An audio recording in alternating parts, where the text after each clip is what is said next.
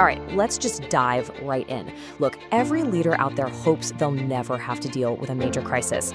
But let's be real, it's almost a matter of when, not if. So today, we're going to walk through how you navigate those incredibly choppy waters after the storm hits. How to get from that initial shock to long-term strength. So just imagine it for a second. The worst has happened. The chaos is everywhere. And the one question that's on everyone's mind, especially yours as a leader, is a really simple but massive one. What's next? Well, that's exactly what we're here to figure out. First things first, let's get on the same page about what we're even talking about. Crisis recovery isn't just about frantically putting out fires. No, it's a planned, deliberate process. It's about moving past that immediate damage control and actually starting the journey back to stability, and hopefully to a place that's even better than before. And here's the most important thing to remember. Survival is the bare minimum. That's not the goal. The real goal of a well-managed recovery is to learn from what happened, adapt, and build an organization that is fundamentally stronger and way more prepared than it was before the crisis ever hit. And that brings us to this really important term, organizational resilience. This is the holy grail. It's not about bouncing back to where you were, it's about bouncing forward.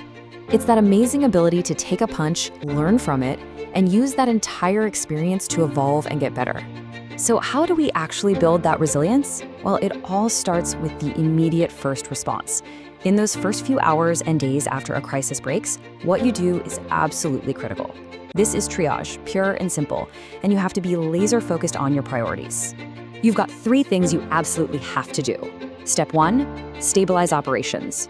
Get the most essential parts of your business back up and running. Step 2, reallocate resources. Money, people, your attention.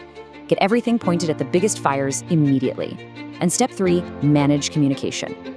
You have to be visible, you have to be honest, and you have to be consistent. Because silence creates a vacuum. And trust me, fear and rumors will fill that void in a heartbeat. Okay, so once the initial chaos is somewhat under control, the next phase begins. This is what we call the midterm recovery.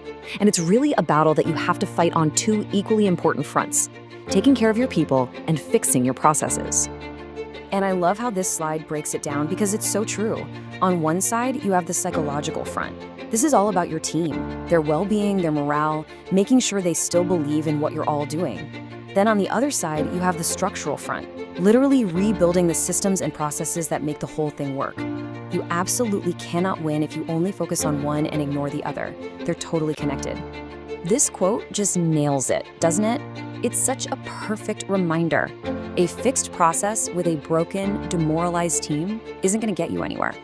But a healed team can fix just about any process you throw at them.